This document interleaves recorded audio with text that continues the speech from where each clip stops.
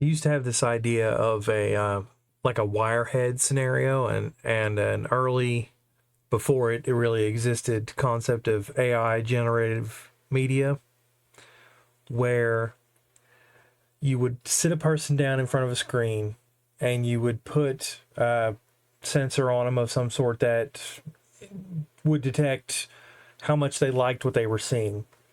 And then you'd start a loop where the machine would generate a random image, like bit for bit random, and based on how much the person liked what they were seeing, it would feed back into the next one.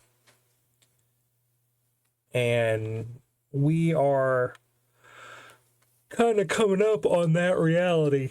Right now, it takes me like a half hour to generate a cool picture that I like on my computer with Stable Diffusion.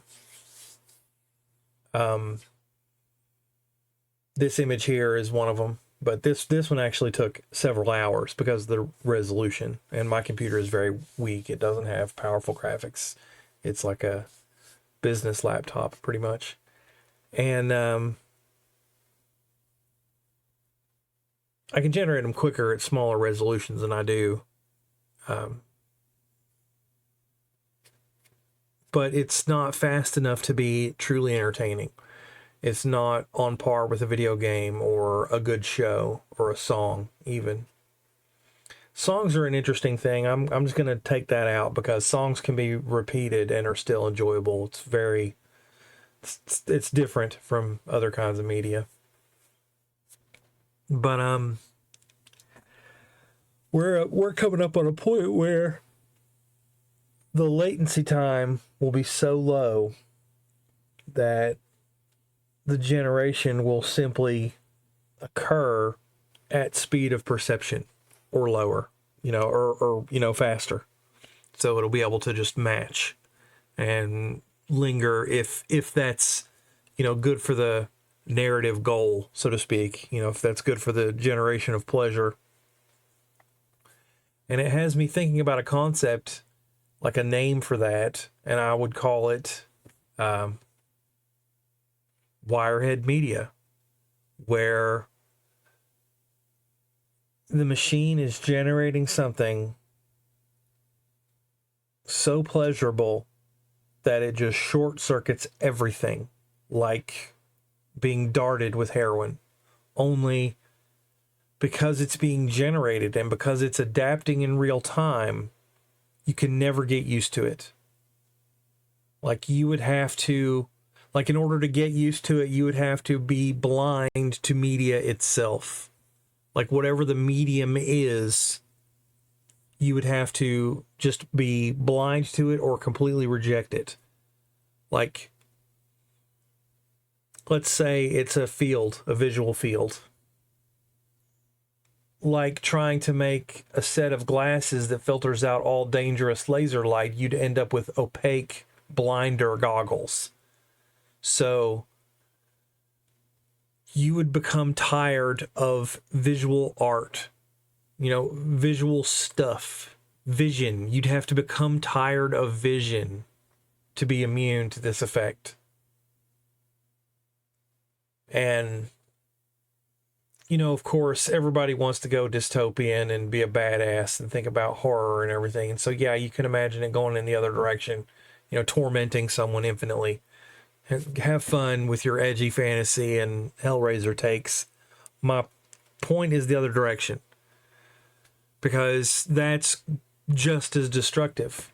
A Wirehead. It's like in, what was it? Brainstorm, where they had the tape that would play experiences back, and a guy edited an orgasm into a loop and basically just wrecked himself.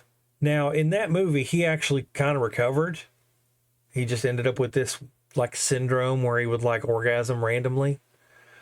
I really think that was that's fiction and nice and like the sweet happy ending version of that, because what would actually happen is like he wouldn't be able to enjoy anything ever again. it's like his brain would need a level of, it's not dopamine. We could just say it's dopamine so you can understand what I'm talking about, but it's more complicated than just dopamine. And it might not even be dopamine. It might be some other thing. But my point is that he would completely wreck his chemical subjectivity, his ability to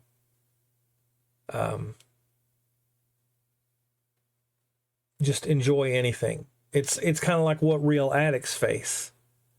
You experience this thing that bypasses all the hassle of pleasure seeking and just cuts straight to the chase. And it does to people in a lighter way what wireheading does to rats. I mean, a wirehead rat will do literally anything. They don't care about anything except pressing the button for more pleasure. That button becomes their raison d'etre. And that's just fundamental to the way the brain evolved. And I don't mean the human brain, I mean nerve clusters. It's like it's all based on stimulus response, avoid the damage, seek the beneficial.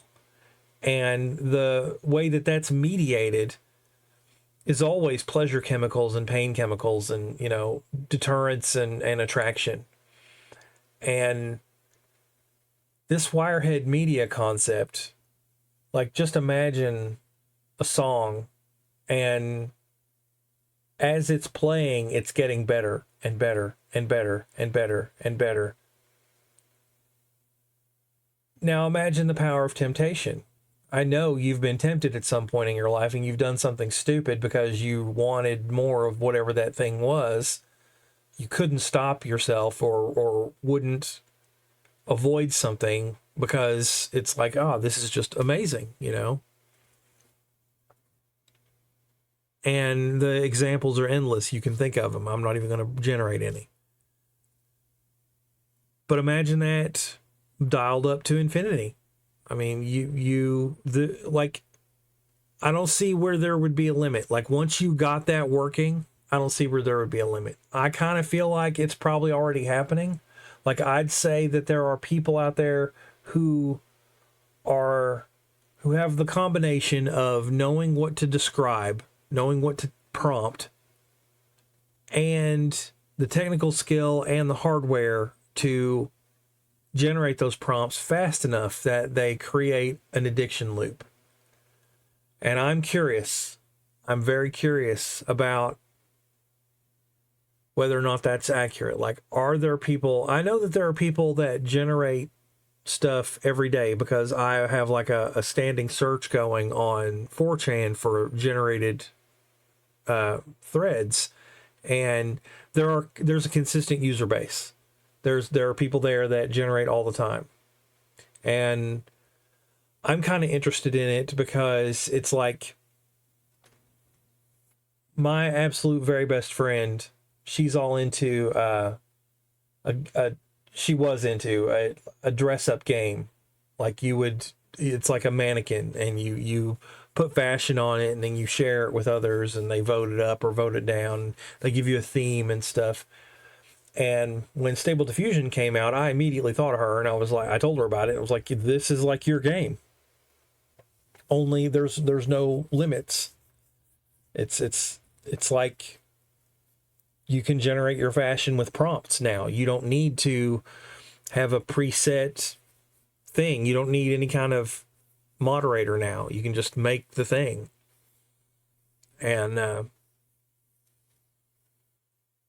that means that Stable Diffusion effectively became and ate a genre of game. And this kind of goes back to what I've been saying for many, many years about how a lucid dream is like the ultimate expression of game.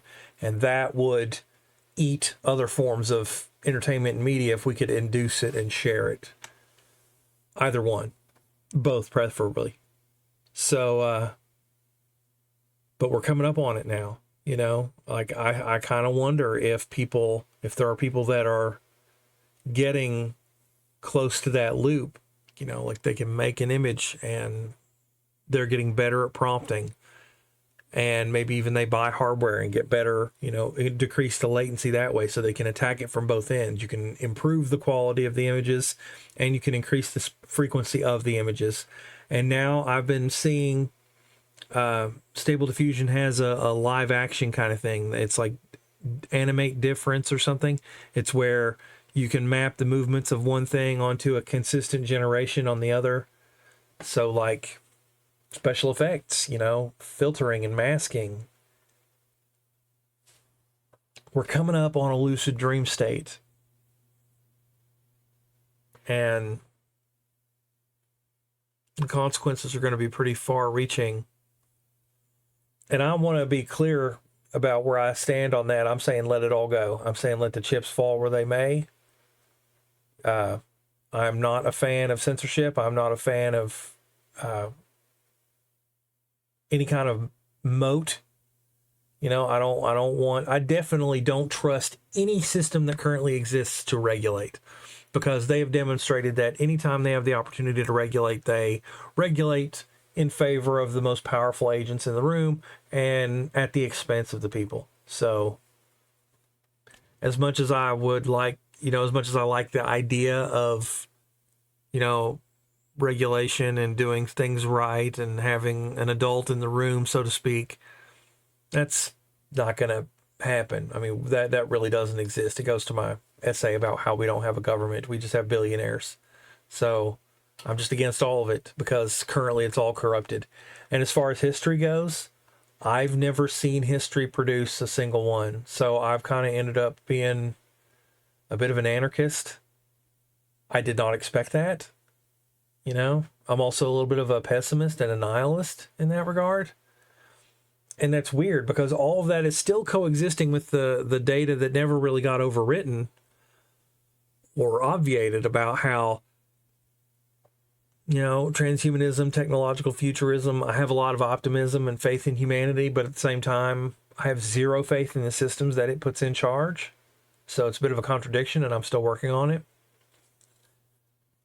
But yeah, I just wanted to talk about this for a little bit and upload it because, I don't know, it seems like it's something worth sharing.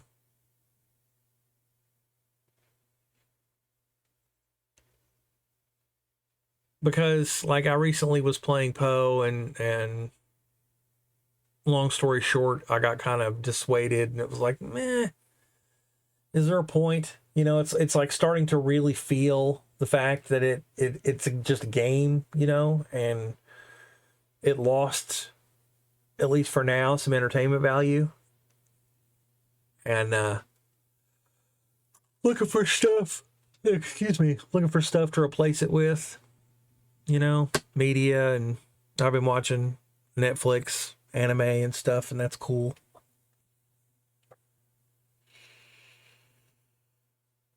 And charging my Kindle and thinking about reading and just trying to find, I don't know, just doing my version of the Wirehead thing, searching for something that makes me happy.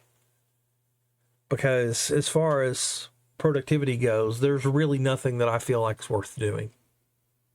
Like, I don't have any resources to work with, really, and I just don't have a whole lot of desire or interest in torturing myself for really any reason. And that kind of cuts me off from a bunch of practical abilities. Like, I just don't have the threshold, man. I don't see the point. It's like a lot of people, once you realize that everything that you do is about, pleasure chemicals, from a warm hug to an orgasm to a good meal to the feeling of accomplishment, helping someone, everything good is in a sense a fantasy. It's all your brain drugging you along the lines of evolution. Like, give the monkey a treat when it does this thing so that it continues to do this thing. It's like I am an animal being trained by my pleasure system, by my reward circuit. And I just won't have it. Like, I feel very obstinate. I feel very oppressed by it. Like, I would rather just, I'd rather be free. But this goes back to the free will debate and about, it's all either determined or random. So there really is no room for freedom, period.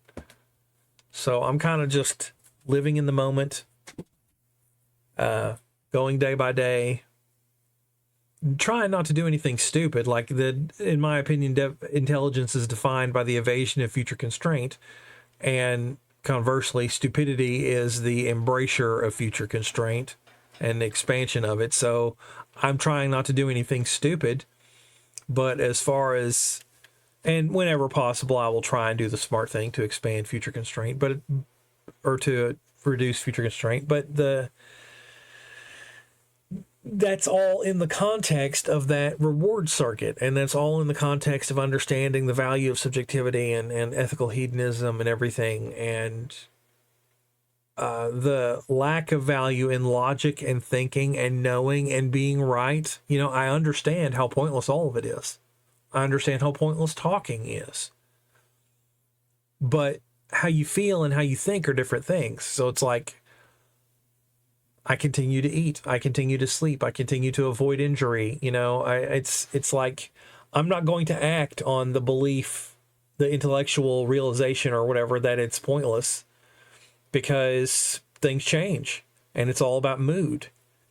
And I just think about, this whole stable diffusion generative AI thing in the context of, antidepressants and other mood brighteners and whatever.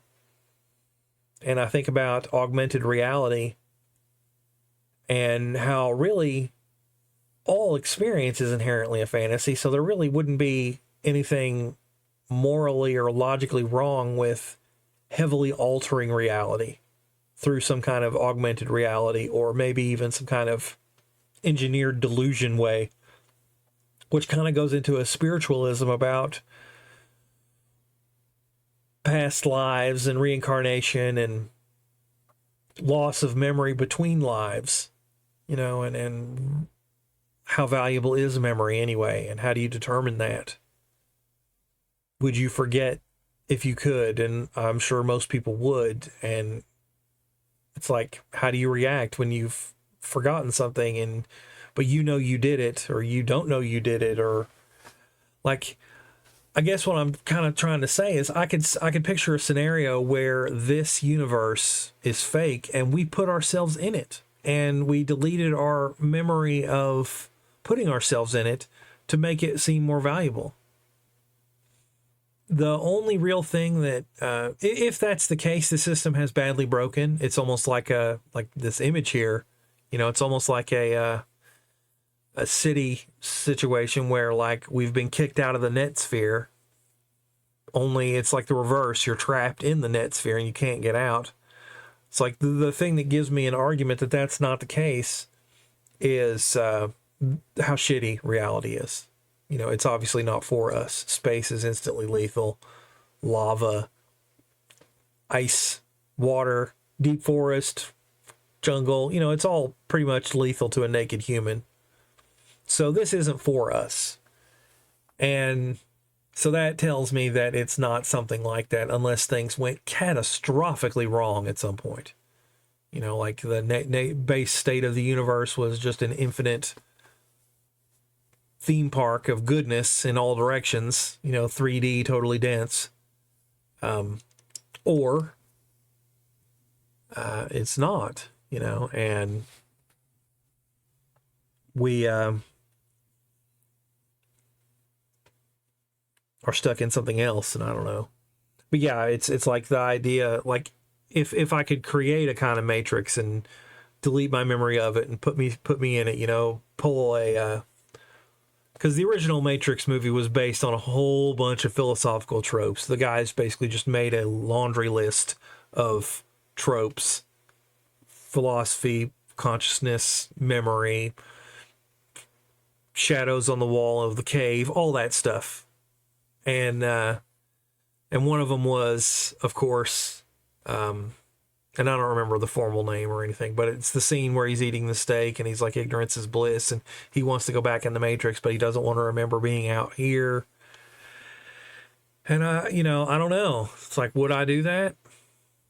Now, obviously, it failed for him, and the ham-fisted moral lesson was don't be a traitor. But reality isn't like that. Morality is kind of a thing that we impose on it. It's funny. The realist moral thing in nature is the subjective reality of pleasure and pain. It's like axiomatically, pain is bad. Axiomatically, pleasure is good. That is the ultimate subjective, but it's also the ground floor for objectivity. Because what else matters? I mean, everything else matters in context of leading to that ground floor. Cruelty is cruelty because it causes suffering. If it doesn't cause suffering, then it's not cruelty. And people get hung up on technicalities and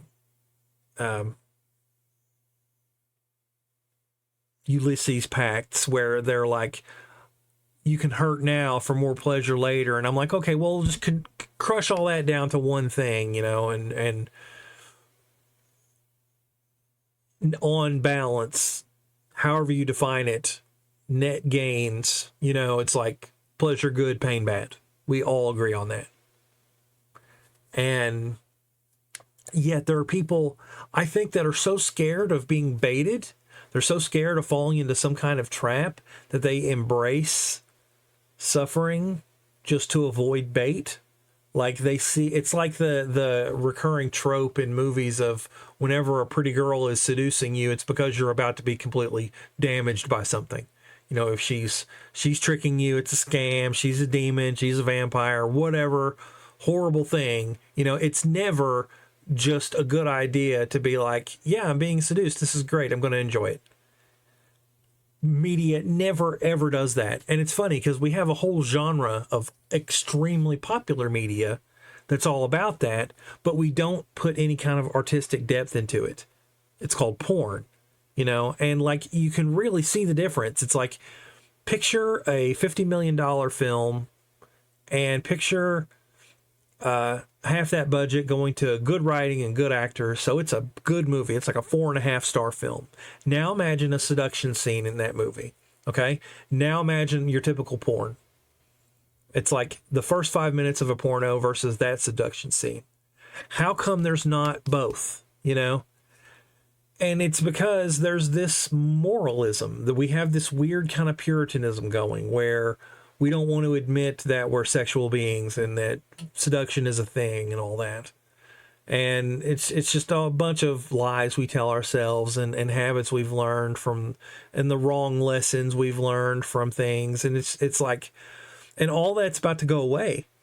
To get back to my original point, Stable Diffusion is going to make it so that people can just explore those state spaces that have been neglected by our culture. And that's going to have some consequences. And I say, bring it on, because clearly we've failed. Like our current approach is dog shit. Every reform has failed in history. You think of the hippies, they were like, oh, peace movement this and free love that. And then they ended up being Reaganites. So it's like just in the most blunt way, every peace movement has failed because war continues to exist. The largest global protest in human history, as far as we have recorded and are aware of, was in the run-up to the Iraq War, and it did not stop the Iraq War.